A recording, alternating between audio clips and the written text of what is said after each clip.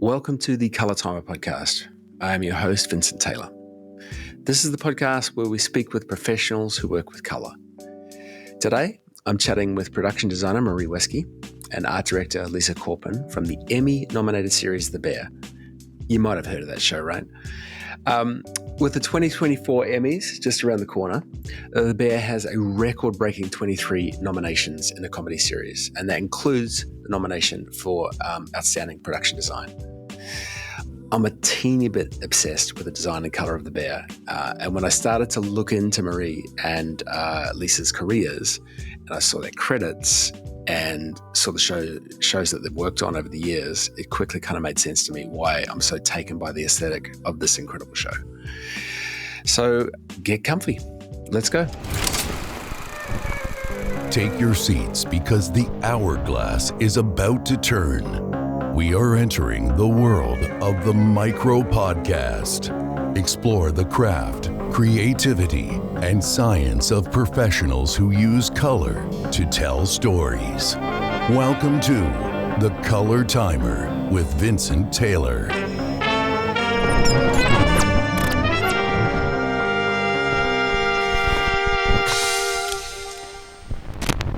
Hey guys, thank you for joining me. Hi. Hi. Hi. Merje and Lisa, before we do anything else, congratulations.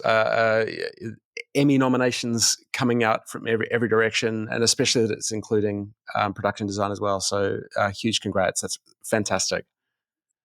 Thank you. Yeah. It's very, to be honored. Yeah, it's Very pretty exciting. awesome. I want to get into talking about the show specifically. But before we even go there, I kind of want to talk about what you both do and how that kind of coincides and sort of backing up quite a lot and finding out what got you to the places you are now with your careers. So Merje, you're production designer on The Bear, and Lisa, you're art director. So those are the roles in inverted commas. I mean, your backgrounds are really immense. So do you want to just talk a little bit about how you got to where you are now? Well, for me, I've been in business over 20 years. Yeah. And I have a fine arts background, but I did start out like most of the people in the business, starting PA, and then you work your way up with a set dresser, and you do props and a little bit of art department, and with experience and knowledge, and one day you get the opportunity to be a designer. And I think I was lucky and hopefully talented enough to be here. Yes, I have sort of the opposite experience. I had a little bit more of a long and winding road. And if you would have told me 26 years ago that I'd be here, I would have said, what is that? So I think I just sort of kept following different threads. And at some point I realized that they are related and they kind of layered on top of each other, and tried to get into the business, kept trying to get into the business. This was 2016 when I actually, I'd been in the design business and I'd been studying photography, but didn't actually get into film and TV until 2016. So working with Merje has been amazing because obviously I can benefit with her, not just the length of your experience, Merje, but like you said, you've done so many different roles, which is so amazing to benefit from. Yeah. And then like the roles like of a production designer as an art director, I mean, do you kind of define those roles specifically, or do they kind of get blurry between the two? And how do they work together? Well, we work together a lot, but I think my role is more like to working with creatives, like a director and a TP, and then finding the look together and finding the style and the colors, all this, what we want this film to look like, and what the time periods and all the things. Like I work with a script very, very closely. But then once the creative part have figured out what we're going to be doing, then Lisa is the one who makes the machine to work. She will run the construction crew and the set designers. and all the people actually will make this. Also, Lisa is hands-on helping to design. Many times, like, oh my God, like I can't come up with idea. Lisa will throw like 4 or 5 ideas my way, what she works out with her team. And then we can pick and choose from there. Oh yeah, this could be the final thing. Like this entire making a TV show, a movie, or anything like this, I feel it's a huge teamwork. Yeah. Like it's everybody. It's not one. It's not a one or two egos. It's everybody is doing the part, and everybody makes it look as good as it comes. Yeah. That thing. Sorry, I just jump in real quick. That little thing you said then about with Lisa, like just throwing out ideas. Is it always a kind of, and I'm guessing it would vary from project to project, but is it always a safe space that you can just throw your ideas out? With Merje, it is, but with any designer, Yeah. not necessarily.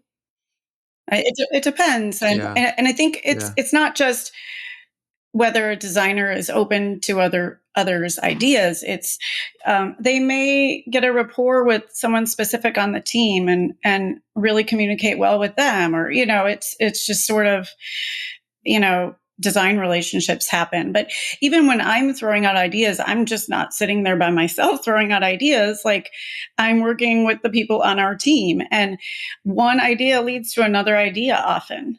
And sometimes you stick with the first one, and sometimes you end up like 10 ideas down the line, or some sort of hybrid of all of it. What I try to do is, as an art director, what I think I'm hoping to do is that Merje needs space and time to work out the vision, as she was saying, with the directors, DP, the producers. And the more that I can help to filter out some of the noise and the logistical clutter, of course, Merje needs to know what's going on, but as much as I can filter out so that she can kind of be not so weighed down by that, that's what my goal is. Now, I do need to come to Merje and ask her for advice sometimes with sticky situations, and that's just how it is. But so so that's the goal, is to kind of, it's sort of like the front line,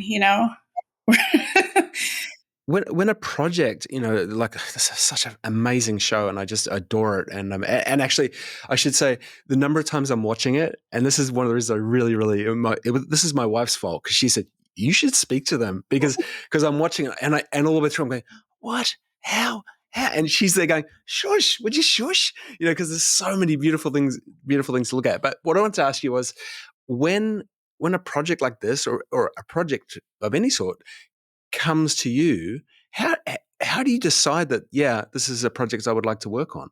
For me, it's the most important is the project itself, and then the story. What is this about? And the script or novel it's based to, and of course secondary is people. Because now I've been in business long enough that there are a number of talented people I would like to work again and again. But usually it's the project and the meaning of it and all of that, the outcome. Yeah, I'd say the same for me. I haven't had the opportunity yet to work on something where I actually got to read the script first, but usually I'm talking to, a supervising art director or a production designer who has read parts of it, and sort of respecting their opinion that it seems like a strong project. Also, does it seem like I'm going to get to make some cool stuff, I actually, if I were ever to go back to being in interior architecture, I think I would really want to be a hospitality designer. But I've never gotten to work on hospitality. So like for me to do a restaurant was like a dream, actually. Do you both know? I know some projects I've worked on as a colorist, and I'm kind of, I mean, my projects are so much shorter, but I'm right in there, and sometimes it's not till I see it, I go, oh, this is really good. This is really lovely. And do you know at the time that you're working on something really, really amazing? Most of the time, I don't. But I'm always, what drives me is the story. And I usually put 110% into getting it right visually and doing my research and doing the backgrounds and everything and knowledge and to get everything right. So I think sometimes when I'm reading it, I'm like, wow, this could be amazing. And then sometimes I'm, even surprised further by what they do visually with it, because I don't know necessarily the frames or how it's going to be shot, and the music that's going to be with it. In The Bear, the music has been huge as well. This is such a big question. And when I was thinking about this next question, I was thinking about a series, but it's too overwhelming for me. So just bringing it right back and just talking about an episode, where the heck do you start? Oh, I think if it's a TV show, because it's already rolling. This is a little snowball going down the hill. So there is already a pre-story, and there's going to be after story. So, but yeah, you start with the script and you start with the story, and then what the vision director has. And sometimes I do my mood boards, and then I go to his office and he has his mood boards. And you saw the story this way, but I saw it that way. And so we combine it or we talk about it and things like that. But we start with a big picture, and then we work down into the tiniest little detail. Should we have this little blue candle on the set or what yellow candle on the set? And that's how it, I think, rolls. Yeah. Dream big. Well, two things. But yes, I'm breaking down the script probably in a slightly more pragmatic way than Marie. Our team is looking for, things about the space that need to be as scripted, or objects, or, other things that we're going to need. But then we're also waiting for Marie to come and give us those directions once she's sort of started, to at least get initial direction with the director, so that we can kind of start to, make different design proposals, but I try to sort it more in my head by location. I could see as a designer where you would start also like by character, or like, what are the spaces or the look and feel of the character? What are they wearing? What kind of objects would they have, and things like that. But usually we're more like getting scripted directions, starting our lists, and then waiting for more info from Marie. Now, obviously, one of the really big characters in The Bear is the food, which is one of my constant, like, oh my god. I just, every time I see a new plate come on, but can you talk to me about how that works with your roles in the show, with how the food comes into as a designer and art director? Actually, on this show, I'm also like, I go and see the food, and I'm like, oh my god, because we have a food designer. Right. We have the producer chef who designs all the dishes, and with her and she's with her team is doing research and finding reference and finding pictures. She has like hundreds of cookbooks, and then we have to draw. Everything is drawn out what this dish would look like, and then she makes one and then presents that to the director, and then if he likes it, or if that's the way we're going, then it's going to be made. It's also a process, pretty much like entire art department. I think process. Like also that whole department has grown over the seasons, and I think this, like, it's finally the size that it needs to be to take on, the food, because it's a whole animal. They've done a great job, and we worked with them too. Mm-hmm. I know you had mentioned interest in the drawings. We worked with them. Direction for the drawings. So Marie was talking about those reference images. So they would give us those reference images for scripted dishes. And then we had two people working mostly on the notebooks. One person was a local artist, Denise Dietz, for the scripted dishes. And then our in-house art department illustration star, Cuco Rodriguez, kind of filled in all the other pages and jotting down ideas and working with culinary to they went and they threw food all over the books and, they had a lot of fun making those notebooks. So. Yeah, the notebooks are fantastic. And I kind of, at one stage, I remember thinking, I wonder who decided that Carmy was actually going to be a really, really great artist, because whenever you see them and you see some of the other characters looking at them going, wow, like they're really, really impressive. Yeah, I think Carmy was not as good drawer in the season 1. Right. This kind of has developed over, because he used to just have a simple sketches he will do, and now they are like beautiful so drawings. Beautiful, yeah. Yes. And also in season 3, you see more him sitting with the sketchbook. Even when he's in Copenhagen, he's just throwing up his ideas of pastries and dishes and things. So it's been an evolving process for him too. With the food, there's a number of times where he's looking at a plate and he's just mesmerized by that plate, deciding whether it's right, whether it's wrong, and then the number of times he decides it's wrong and he throws it out. I'm curious, do you guys have what is a perfect plate, and then you do something to fuck it up so it is wrong, or is that just something internal with him? I think it's with him. Yeah, right. Okay. Damn perfectionist. Yeah.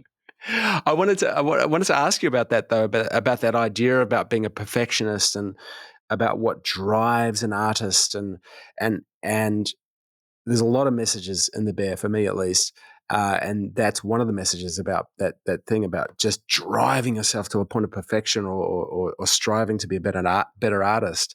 And I'm wondering if that is something that either of you relate to as artists. I think everybody could relate to that. It's like everybody has their own struggle with something, or wanting to be better or wanting to be perfect at something. It's the drive. Mm. And I agree. Lisa, what you think? And I think sometimes you think you're done and then another idea comes in and you're like, oh crap. And for me, I think it's season 3, we also see Carmy, he's a little bit to me anyway, he's a little lonely and he's working on these dishes and he's he doesn't look happy and he's kind of obsessed, and I get that if I'm designing alone. And I think that having a team really helps me not it's okay to sort of abuse myself, right? To work too long, but these are people. I have a team. I can't you want to inspire them. You don't want to be you don't want them to be exhausted. So you need to know when to stop. And Marie is very good. She always comes out and will say, everybody go home. Yeah. You have a life, people,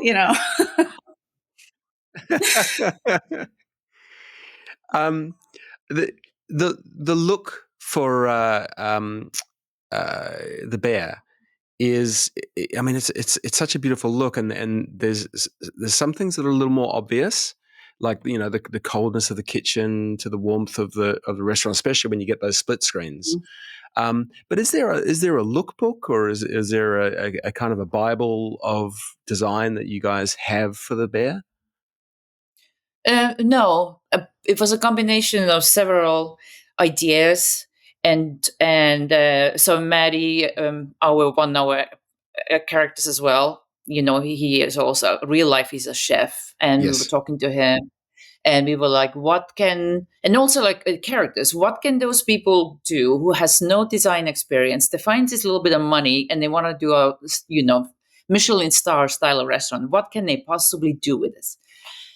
And then its simplicity is always, but makes simple and beautiful, and just that was one of the big part of the design. Scandinavian looks and stuff, using raw materials, like the back wall is just a stained plywood. Mm-hmm. There's something they can probably handle that, or simple stripes and simple colors, and just dark and white, and not to overthink it. But then, in the back corner, we have this fun bathroom with absolutely crazy wallpaper. Yeah. Something different.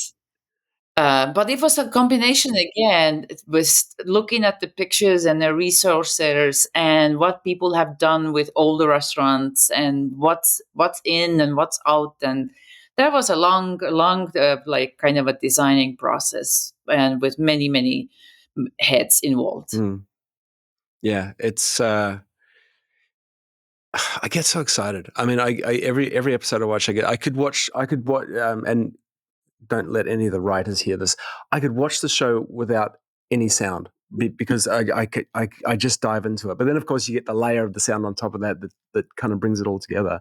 But you may have noticed that my timer stopped ages ago, but I'm sneaking a few extra minutes out of it because there's so much I wanted to ask you. Yeah, I know it's just a bit cheeky. I was wondering, I guess, to wind up and to finish off, if there's something, as you know, in your roles that you kind of wish someone would ask you about and I'm stealing this technique off Rachel Maddow actually, because she does this all the time. Is there something I should have asked you? But I think it's a really good question to ask people. If there's something that you think is a really interesting fact, especially to do with the design of the color of the show, that you'd love to mention.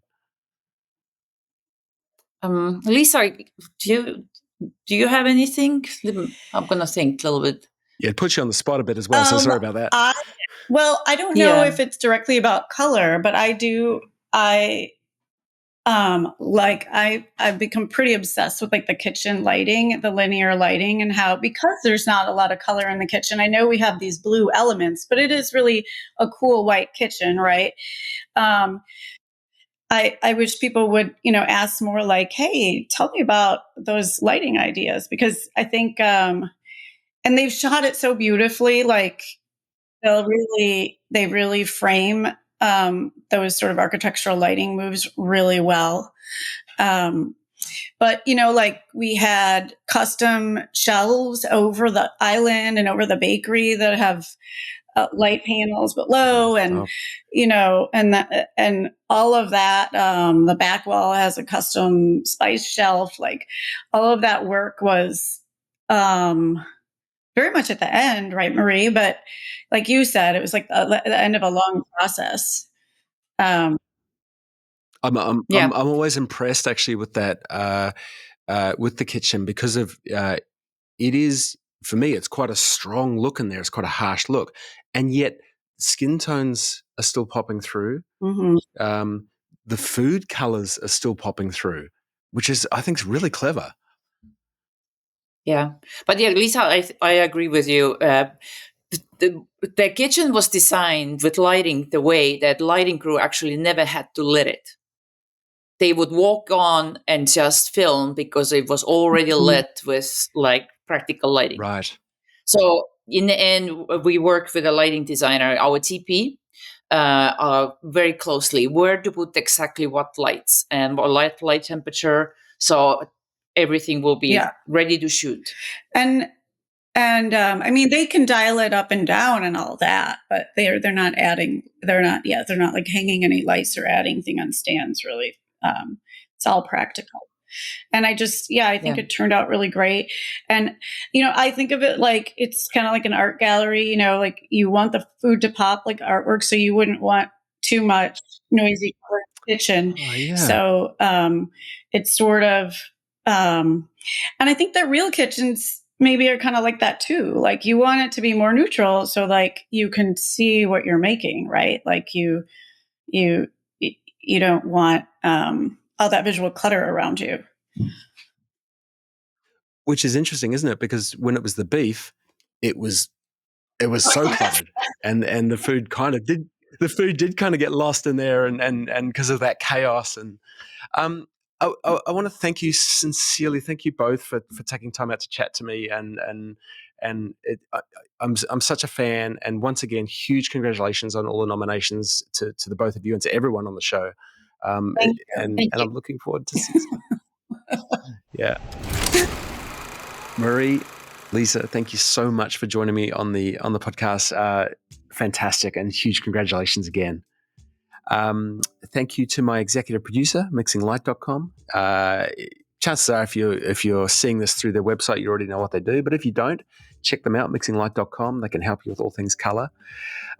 Thank you, listeners, for joining me again, and thanks for buying some t-shirts. Some people actually bought some t-shirts, which is so cool. I did it kind of as a half joke because someone has said you should get some merch, and so people have actually bought t-shirts. If you want to buy a t-shirt, you can see in the show notes, or maybe I'll. You know how people do that thing? They point and there's a link. I'll see if I can do that. I'm not making any promises. But look, until next time, thank you so much. Thanks for joining me. Keep the comments coming and like, subscribe, do all that jazz. All right, see ya. The Color Timer, a micro podcast experience.